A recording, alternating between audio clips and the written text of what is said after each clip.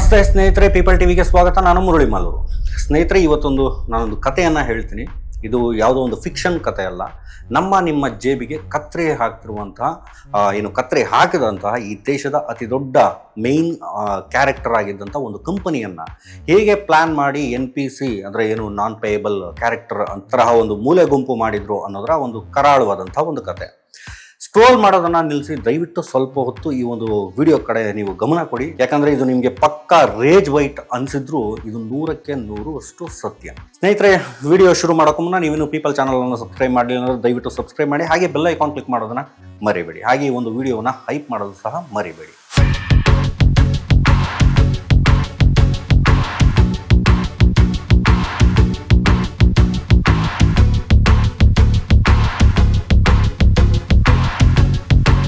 ಸ್ನೇಹಿತರ, ಒಂದು ಟೈಮ್ ಇತ್ತು 2014 ಆಸುಪಾಸು. ಆವಾಗ ನಮ್ಮದೇ ONGC oil and natural gas corporation ಸಖತ್ ಫಾರ್ಮ್ನಲ್ಲಿ ಇದ್ದಂತಹ ಒಂದು ಕಂಪನಿ ಭಾರತದ ಒಟ್ಟು ಇಂಧನ ಅಗತ್ಯದ ಬರೋಬ್ಬರಿ 27% ಇಂಧನವನ್ನು ನಮ್ಮ ದೇಶದ ತೈಲ ನಿಕ್ಷೇಪಗಳ ಮುಖಾಂತರವೇ ಉತ್ಪಾದನೆ ಮಾಡ್ತಾ ಇತ್ತು. ಅಷ್ಟೇ ಅಲ್ಲ, ಜಾಗತಿಕ ಮಟ್ಟದಲ್ಲಿ ಕಚ್ಚಾ ತೈಲದ ಬೆಲೆ ಸತತವಾಗಿ $100 ಆದರೂ ಕೂಡ ಆಗಿನ ಸರ್ಕಾರ ಪೆಟ್ರೋಲ್ ಡೀಸೆಲ್ ಮೇಲೆ $10 ಕಡಿಮೆ ಟ್ಯಾಕ್ಸನ್ನು ಹಾಕ್ತಿತ್ತು. ಜೊತೆಗೆ ನಮ್ಮ ಮನೆಗಳ ಗ್ಯಾಸ್ ಸಿಲಿಂಡರ್ ಮೇಲೆ 40ರಿಂದ 50 ಸಬ್ಸಿಡಿ 50% ಅಷ್ಟು ಸಬ್ಸಿಡಿ ಸಿಗ್ತಾ ಇತ್ತು. ಇಷ್ಟೆಲ್ಲ ಇದ್ರೂ ಕೂಡ ನಮ್ಮ ONGC ಅವತ್ತು 13,000 ಕೋಟಿಯಿಂದ ಹಿಡಿದು ಸರಿಸುಮಾರು 18,334 ಕೋಟಿವರೆಗೂ ನಿವ್ವಳ ಲಾಭವನ್ನು ಪಡೀತಿದ್ದಂತಹ ಒಂದು ಅದ್ಭುತವಾದಂತಹ ಸಂಸ್ಥೆ ಆಗಿತ್ತು. ಅವತ್ತಿಗೆ ಅದು ಭಾರತದ ಅತಿ ಹೆಚ್ಚು ಲಾಭ ತರುವಂಥ ಕಂಪನಿ, ಒಂದು ಫುಲ್ ಆನ್ ಕ್ಯಾಶ್ ಕೌ. ಆದರೆ ಆಮೇಲೆ ಏನಾಯಿತು ಅನ್ನುವಂಥದ್ದೇ ಇಲ್ಲಿರ್ತಕ್ಕಂಥ ಪ್ರಶ್ನೆ. ವಿಶ್ವಗುರು ಅಭಿವೃದ್ಧಿ ಹರಿಕಾರ ಗಡಿಗಳನ್ನೇ ನಡಗಿಸುವಂತಹ ಆ ಒಂದು ಒನ್ ಆ್ಯಂಡ್ ಓನ್ಲಿ ಧುರಂಧರ್ ಕೈಗೆ ಸಿಕ್ಕಂಥ ಈ ಒಂದು ಅಧಿಕಾರ ಬಂತು. ಅಲ್ಲಿಂದ ಶುರುವಾಯಿತು ನೋಡಿ ಅಸಲಿ ಆಟ. ಒಂದೇ ಒಂದು ದಶಕದಲ್ಲಿ ಒಳ್ಳೆ ಆರೋಗ್ಯದಲ್ಲಿದ್ದಂತಹ ಆ ONGC ಮಕಾಡೆ ಮಲಗಿಬಿಡ್ತು. ಇವತ್ತು ನಮ್ಮ ONGC ಬರೋಬ್ಬರಿ 1.76 ಲಕ್ಷ ಕೋಟಿ ರೂಪಾಯಿಯ ಸಾಲದಲ್ಲಿ ಸಿಲುಕಿದೆ. ಕೇಳಿದ್ರೇನೆ ಕರಳು ಚುರುಕನ್ನತ್ತಲ್ವಾ? ಈ ಬಹಳಷ್ಟು ಕಂಪನಿಗಳು ಸಹ ಇದೇ ರೀತಿ ಬಂದು ನಿಂತಿದ್ದಾವೆ. 2014 ತನಕ ತಮ್ಮ ಅಗತ್ಯದ 27% ಇಂಧನ ಉತ್ಪಾದಿಸ್ತಾ ಇದ್ದ ONGCಯ ಉತ್ಪಾದನಾ ಮಟ್ಟ ಇವತ್ತು ಕೇವಲ 11ರಿಂದ ಸರಿಸುಮಾರು 13%ಗೆ ಕುಸಿದಿದೆ. ಹಾಗಾಗಿಯೇ ಕಳೆದ 10 ವರ್ಷಗಳಲ್ಲಿ ನಮ್ಮ ಕಚ್ಚಾ ತೈಲ ಹಾಗೆ LPG ಆಮದು ವಿಪರೀತವಾಗಿ ಹೆಚ್ಚಾಗಿರುವಂಥದ್ದು. ಇವತ್ತು ನಮ್ಮ ದೇಶದ ಆಮದು ಅವಲಂಬನೆ ಏನಿದೆ ಅದು 87.7% ತಲುಪಿದೆ ಅಂತಂದ್ರೆ ಬಹಳ ಆಶ್ಚರ್ಯ ಆಗುತ್ತೆ.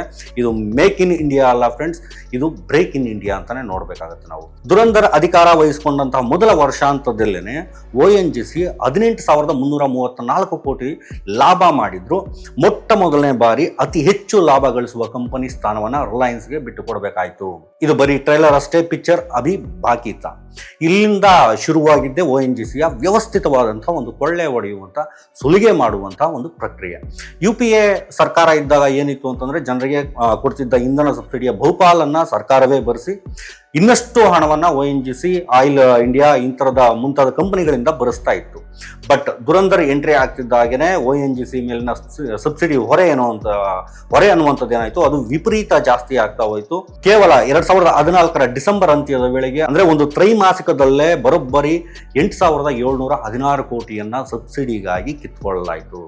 ಜೂನ್ 2015 ಬರುವಾಗ ದೇಶದ ಒಟ್ಟು ಇಂಧನದ ಸಬ್ಸಿಡಿ 40% ಕೇವಲ ONGC ಮತ್ತೆ ಆಯಿಲ್ ಇಂಡಿಯಾ ಭರಿಸ್ತಾ ಇತ್ತು. ನೀವು ಕೇಳಬಹುದು, ಬ್ರೋ UPA ಸರ್ಕಾರ ಕೂಡ ONGC ಇಂದ ಸಬ್ಸಿಡಿ ಹಣ ಡಿವಿಡೆಂಟ್ ಫಂಡ್ಗಳನ್ನ ಪಡಿತಿರ್ಲಿಲ್ವಾ ಅಂತ. ಖಂಡಿತವಾಗ್ಲೂ ಹೌದು, ಪಡಿತಾ ಇತ್ತು. ಆದರೆ 2011 ತನಕ ಸರ್ಕಾರ ಪೆಟ್ರೋಲ್, ಡೀಸೆಲ್, ಗ್ಯಾಸ್, ಸೀಮೆಎಣ್ಣೆ ಎಲ್ಲದರ ಮೇಲೂ ಸಹ ಗ್ರಾಹಕರಿಗೆ ಸಬ್ಸಿಡಿಯನ್ನು ಕೊಡ್ತಾ ಇತ್ತು. 2013-14ರಲ್ಲಿ ಸರ್ಕಾರ ONGC ಇಂದ ಇಂಧನ ಸಬ್ಸಿಡಿ ಏನಿದೆ ಅದು 56,384 ಕೋಟಿ ರೂಪಾಯಿಯನ್ನು ಪಡೆದ್ರೂ ಕೂಡ ಸ್ವತಃ ಸರ್ಕಾರವೇನೆ ತೈಲ ಕಂಪನಿಗಳಿಗೆ 71,000 ಕೋಟಿಯಷ್ಟು ನಗದು ಸಬ್ಸಿಡಿಯನ್ನು ಕೊಟ್ಟಿತ್ತು.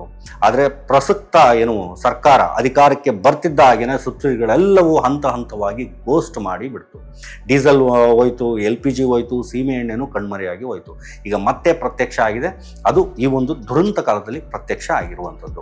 ಇಂದಿನ ಸರ್ಕಾರಗಳು ONGC ಇಂದ ದುಡ್ಡು ಇಸ್ಕೊಂಡ್ರು ಜನರಿಗೆ ಸಬ್ಸಿಡಿಯನ್ನು ಕೊಡ್ತಿದ್ವು. UPA ಕಾಲದಲ್ಲಿ ಕ್ರೂಡ್ ಆಯಿಲ್ ಬೆಲೆ ಬ್ಯಾರಲ್ಗೆ $130 ರಿಂದ $140 ಇದ್ರು. ನಾವು ಪೆಟ್ರೋಲ್ಗೆ ಕೊಡ್ತಿದ್ದಂಥ ಅತಿ ಹೆಚ್ಚಿನ ಬೆಲೆ ಅಂತಂದರೆ 80 ರೂಪಾಯಿ 81 ಪೈಸೆ. ಗ್ಯಾಸ್ ಸಿಲಿಂಡರ್ನ ಅತಿ ಹೆಚ್ಚು ಬೆಲೆ ಎಷ್ಟಪ್ಪ ಆಯಿತು ಅಂದರೆ 425 ರೂಪಾಯಿ. ಡೀಸೆಲ್ ಅಂತೂ ಯಾವತ್ತೂ 60 ರೂಪಾಯಿನ ದಾಟೇ ಇರಲಿಲ್ಲ ಬಿಡಿ. ಆದರೆ ಕಳೆದ 10 ವರ್ಷಗಳಲ್ಲಿ ಏನಾಗ್ತಾ ಇದೆ, ಜಾಗತಿಕ ಕ್ರೂಡ್ ಆಯಿಲ್ ಬೆಲೆ ಸರಾಸರಿ 60ರಿಂದ 75 ಡಾಲರ್ನಷ್ಟಿದ್ರು ಕೂಡ ನಾವು ಪೆಟ್ರೋಲ್ ಡೀಸೆಲ್ಗೆ ಸತತವಾಗಿ 100 ರೂಪಾಯಿಯನ್ನ ತರ್ತಾ ಇದ್ದೇವೆ. LPGಗೆ 900 ರೂಪಾಯಿಯನ್ನ ಕಟ್ತಾ ಇದ್ದೇವೆ. ಯಾಕೆ ಗೊತ್ತಾ, ಇವರ ಟ್ಯಾಕ್ಸ್ ಕಲೆಕ್ಟ್ ಮಾಡುವಂಥ ರಿಸ್ ಅನ್ನುವಂಥದ್ದು ಆ ರೀತಿ ಇದೆ. UPA ಸರ್ಕಾರ ಪೆಟ್ರೋಲ್ ಡೀಸೆಲ್ ಮೇಲೆ ಲೀಟರ್ಗೆ ಪಡೆದಂಥ ಅತಿ ಹೆಚ್ಚು ತೆರಿಗೆ 9 ರೂಪಾಯಿ 75 ಪೈಸಾ.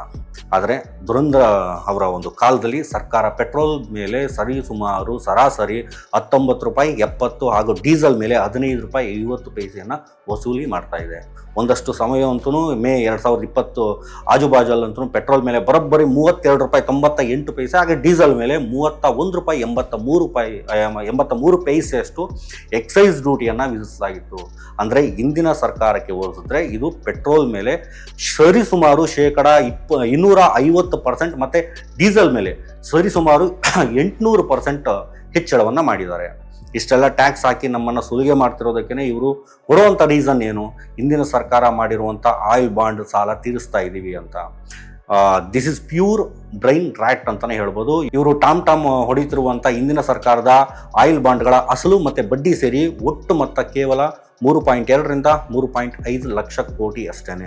ಬಟ್ ಮೋದಿ ಸರ್ಕಾರ ತನ್ನ ಆಡಳಿತಾವಧಿಯಲ್ಲಿ ಅಂದರೆ 2014ರಿಂದ 2024 ಅವಧಿಯಲ್ಲಿ ಕೇವಲ ಪೆಟ್ರೋಲಿಯಂ ವಲಯದಿಂದನೇ ಗಳಿಸಿರುವಂಥ ಒಟ್ಟು ತೆರಿಗೆ ಎಷ್ಟು ಗೊತ್ತಾ, ಭರ್ಜರಿಯಾಗಿ ಬರೋಬ್ಬರಿ 58.9 ಲಕ್ಷ ಕೋಟಿ ರೂಪಾಯಿಗಳು. ಅದರಲ್ಲಿ ಕೇಂದ್ರ ಸರ್ಕಾರದ ಪಾಲು 35.8 ಲಕ್ಷ ಕೋಟಿ. 3.5 ಲಕ್ಷ ಕೋಟಿ ಸಾಲ ತೀರಿಸೋದಕ್ಕೆ 58.9 ಲಕ್ಷ ಕೋಟಿ ಕಲೆಕ್ಟ್ ಮಾಡುವಂಥದ್ದು ಅಂತಂದರೆ ಇದು ಯಾವ ಸೀಮೆಯ ಲೆಕ್ಕಾಚಾರ ಅನ್ನುವಂಥದ್ದನ್ನು ಪ್ರಶ್ನೆ ಮಾಡಬೇಕಾಗತ್ತೆ. ಮಿಕ್ಕಿದ್ದೆಲ್ಲವೂ ಸಹ ಇವರ ಪಾಲು. ಜನಸಾಮಾನ್ಯರಿಗೆ ಮಾತ್ರ ದಿನ ಬೆಳಗ್ಗೆ ಆದರೆ ಬರೀ ಖಾಲಿ ಜೇಬಿನ ಡೌನ್ ಸ್ಕ್ರೋಲಿಂಗ್ ಅಂತಲೇ ಹೇಳಬೇಕಷ್ಟೇ. ಇಷ್ಟೆಲ್ಲ ಟ್ಯಾಕ್ಸ್ ಕಲೆಕ್ಟ್ ಮಾಡಿದ ಮೇಲೂ ONGC ಮೇಲೆ ಅದು ಹೇಗೆ ಭಾರ ಬಿತ್ತು, ಅದು ಹೇಗೆ ನಷ್ಟಕ್ಕೆ ಹೋಯಿತು ಅಂತ ನಿಮಗೆ ಒಂದು ಪ್ರಶ್ನೆ ಬರ್ಬೋದು. ಅದು ಹೇಗೆ ಹೋಯಿತು ಅಂತೀರಾ, ಅದರ ಹಿಂದೆ ಇರುವಂಥದ್ದು ಈ ಸರ್ಕಾರದ ಭ್ರಷ್ಟ ನಿರ್ಧಾರಗಳು. ಯಾವಾಗ 2017-18 ಹೊತ್ತಿಗೆ ನಾವು ಇನ್ನು ಸಬ್ಸಿಡಿ ಹಣ ಕೊಡಲ್ಲ ಅಂತ ONGCಯನ್ನು ಗಟ್ಟಿಯಾಗಿ ಹೇಳ್ತು, ONGC ಕಂಪನಿ ದುರಂದರ್ ಬೇತಾಳ ಅನ್ನುವಂಥದ್ದು ONGC ಬೆನ್ನಿಗೆ ಬೇರೆ ರೀತಿಯಲ್ಲಿ ಬೀಳುವಂಥ ಒಂದು ಕೆಲಸಕ್ಕೆ ಕೈ ಹಾಕ್ತು. ಮೊದಲು ಏನು ಮಾಡಿದ್ರು ಅಂತಂದರೆ 2017ರಲ್ಲಿ ONGCಯ ಸ್ವತಂತ್ರ ನಿರ್ದೇಶಕರಾಗಿ, ಇಂಡಿಪೆಂಡೆಂಟ್ ಡೈರೆಕ್ಟರ್ ಆಗಿ ಡಾಕ್ಟರ್ ಸಂಬಿತ್ ಪಾತ್ರ ಅವರನ್ನು ನೇಮಕ ಮಾಡಿದರು. ಸಂಬಿತ್ ಪಾತ್ರ ಅವ್ರ ಬಗ್ಗೆ ತಮ್ಮೆಲ್ಲರಿಗೂ ಸಹ ಗೊತ್ತಿದೆ, ಅವರ ಟ್ಯಾಲೆಂಟ್ ಎಂಥದ್ದು ಅಂತ. ವೃತ್ತಿಯಲ್ಲಿ ಸರ್ಜನ್ ಆಗಿರೋ, ಯಾವತ್ತೂ ಕೂಡ ಆಯಿಲ್ ಫೀಲ್ಡ್ ಕಡೆ ತಲೆ ಹಾಕಿ ಮಲಗದ ರಾಜಕೀಯ ವಕ್ತಾರರೊಬ್ಬರು ದೇಶದ ಅತಿ ದೊಡ್ಡ ತೈಲ ಕಂಪನಿಯ ಬೋರ್ಡ್ ರೂಮ್ ಒಳಗಡೆ ಬಂದು ಕೂರ್ತಾರೆ. ಆಮೇಲೆ ONGC ಕಾರ್ಪೊರೇಟ್ ಗವರ್ನೆನ್ಸ್ ಸಂಪೂರ್ಣವಾಗಿ ICU ಲೆವೆಲ್ಗೆ ಹೋಗಿ ಬಿಡುತ್ತೆ. ಆಮೇಲೆ ಶುರುವಾಗಿದ್ದೇನೆ ಅಸಲಿ ಡಿಸಾಸ್ಟರ್ ಅನ್ನುವಂಥದ್ದು. ಗುಜರಾತ್ ಸ್ಟೇಟ್ ಪೆಟ್ರೋಲಿಯಂ ಕಾರ್ಪೊರೇಷನ್, ಈ ಒಂದು ಕಾರ್ಪೊರೇಷನ್ ಅನ್ನುವಂಥದ್ದು ಏನಿದೆ ಅದು ಅಕ್ಷರಶಃ ಒಂದು ಭ್ರಷ್ಟಾಚಾರದ ಕೂಪವಾಗಿತ್ತು. KG ಬೇಸಿನ್ನಲ್ಲಿ ಗ್ಯಾಸ್ ಸಿಕ್ಕಿದೆ ಅಂತ 19,576 ಕೋಟಿ ರೂಪಾಯಿಗಳನ್ನು ಹೂಡಿಕೆಯನ್ನು ಮಾಡ್ತಾರೆ. ಆದರೆ ಅಲ್ಲಿ ಒಂದು ಹನಿಯಷ್ಟು ಕೂಡ ಗ್ಯಾಸ್ ಇರಲಿಲ್ಲ. ಈ ಒಂದು GSPC ತೀರಾ ನಷ್ಟದಲ್ಲಿ ಸಿಲುಕತ್ತೆ.